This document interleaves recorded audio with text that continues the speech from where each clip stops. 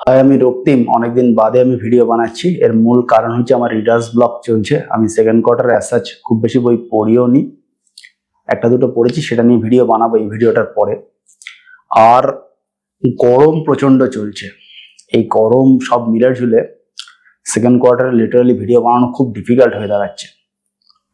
তো যাই হোক, আজকে যেটা নিয়ে আমি কথা বলবো, এটা বইয়ের ভিডিও নয়, এটা কোনো আপডেট ভিডিও নয়, এটা হচ্ছে আমার একটা এক্সপেকটেশন নিয়ে কথা বলবো এবং আমার মনে হয়েছে এটা নিয়ে কথা বলা উচিত।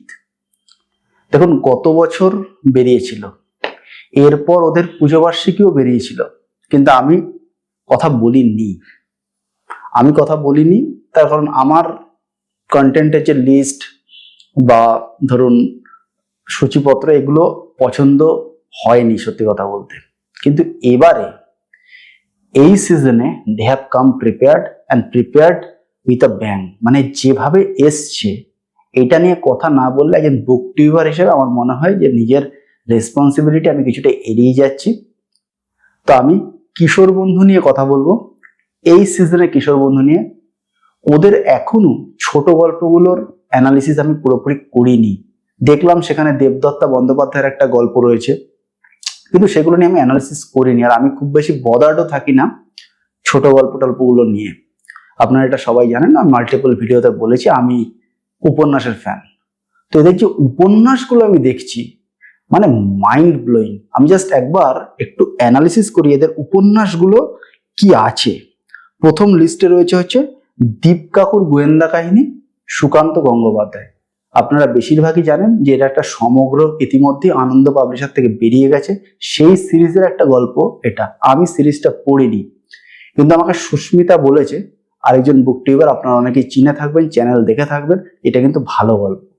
এবং সুকান্ত গঙ্গোপাধ্যায় হিমসেলফ একটা স্টার, আর আমি একটু স্টার ভক্ত।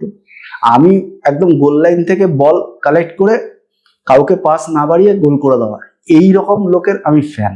ঠিক আছে, মানে ইন্ডিভিজুয়াল এক্সেলেন্স আমার কাছে শেষ কথা বলে অনেক সময়। তো এই গল্প একে ইগনোর করি কি করে? পরেরটা ক্রীড়াভিত্তিক রহস্য উপন্যাস রূপক সাহা, ফুটবল রহস্য। তারপর একটা হচ্ছে নীল চ্যাটার্জির উপন্যাস সৈকত মুখোপাধ্যায়, যেটা নিয়ে পত্রভারতীর বই আছে, আমার ভিডিও আছে, যা 7টা না 8টা গল্প, আমার 6টা গল্পই ভালো, আমি ভিডিওতে বলেছি। মানে এক্সে বার্কার এক, কাকে দেখবেন, মানে ম্যাথিউ এডেন নামছে, তারপরে অ্যাডাম গিলক্রিস্ট নামছে, তারপর টেন্ডুলকার নামছে, তারপর রিকি পন্টিং নামছে। কি মানে কি লিস্ট বানিয়েছে, বাপরে বাপ। এরপর রয়েছে মুন্নাদির থ্রিলার উপন্যাস রাজা ভট্টাচার্য, আরেকজন সুপারস্টার। এরপরে পার্থ দেব। তারপর রয়েছে আগমবাগির সিরিজ, অভিক স্যার গৌরী নিয়ে এসছে। আমি স্যারকে জিজ্ঞেস করেছিলাম, বলেছে কনফ্লিক্ট পয়েন্টটা হচ্ছে শিশু বলি, উনি ওই টাইপের লেখেন। ফেসবুকে জিজ্ঞেস করেছিলাম, আবারও স্টার। মানে দেখুন, মানে স্টারে স্টারে ভর্তি, মানে সালমান খান, শাহরুখ খান, আমির খান, অক্ষয় কুমার সব এক জায়গায় এসে গেছে। এরপর হচ্ছে কল্পবিজ্ঞান উপন্যাসিকা দেবজ্যোতি ভট্টাচার্য। এছাড়া রয়েছে ফ্যান্টাসি রীতা বসু। এরপর হচ্ছে শিশির বিশ্বাস, যার লেখা আমার খুব পছন্দের। আমি কিন্তু আমার যে ওই একটা ভিডিও বানিয়ে রবীন্দ্র দিয়া সিরিজ, সেখানে কিন্তু শিশির বিশ্বাসের কথা বলেছিলাম, এবং ওনার জয় ঢাকের একটা বই নিয়ে আমি ভিডিও বানিয়েছি। এরপরে আমি দেখতে পাচ্ছি অভিজ্ঞান রায়চৌধুরীও রয়েছে গল্পের মধ্যে, যদিও গল্পটাকে আমি এখনো পুরোপুরি গল্পের পোর্টফোলিওটাকে অ্যানালিসিস করিও নি। তার কারণ আমার কাছে মনে হয়েছে গল্পটা নিয়ে মাথা কামানোর অ্যাজ খুব বেশি দরকারই নেই। যা উপন্যাস রয়েছে, এই উপন্যাসগুলোর জন্যই এই বইটা কেনা যায়, এই কিশোর বন্ধু কেনা যায়।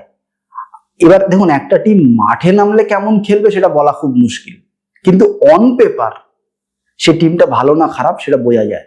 তো অন পেপার আপাতত, এবার লেখাগুলো আমি পড়িনি, কেমন হবে বলা খুব মুশকিল, কিন্তু অন পেপার যেভাবে স্টার প্যাক্ট এদের মানে সূচিপত্রটা বানিয়েছে, মানে মাইন্ড ব্লোয়িং। এটা কিনতেই হবে, এটা পড়তেই হবে। এবং আমি কথা দিচ্ছি, কবে পারবো আমি জানি না, আমার রিডার্স ব্লক চলছে, আমার টায়ার্ড লাগছে, গরমের ব্যাপার রয়েছে, কিন্তু আমি কথা দিচ্ছি এটা নিয়ে অন্তত একটা ভিডিও আমি বানাবোই পড়ার পরে।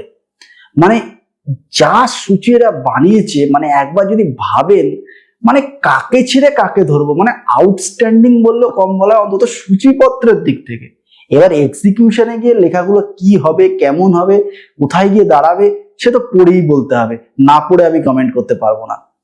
তো এই হচ্ছে মোটামুটি আমার একটা মানে ওপিনিয়ন দেওয়ার ছিল, এই কিশোর ভারতীটাকে কিন্তু ব্যাক করতে হবে। এই কিশোর ভারতী, কিশোর ভারতী নয়, ভুল বলছি, কিশোর বন্ধুটাকে কিন্তু ব্যাক করতে হবে।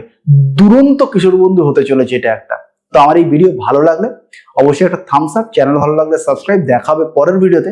আর একটা আপডেট, আমি বই রিসাইক্লিং এর জন্য আমি আর আমার সহভোক্তা ইউটিউবার আয়ুষ্মান একটা ফেসবুক গ্রুপ খুলেছি, হ্যাপি বুক সেল বলে। তার লিঙ্কটা আমি ডেসক্রিপশনে দিয়ে দেবো, আপনারা চাইলে সেই গ্রুপটা জয়েন করতে পারেন। গ্রুপের নিয়ম দেখে নেবেন, আপনাদের পছন্দ হলে অবশ্যই জয়েন করুন, পছন্দ না হলে তো কিছু করার নেই। দেখাবে পরের ভিডিও, ততদিন ভালো থাকবেন, টাটা।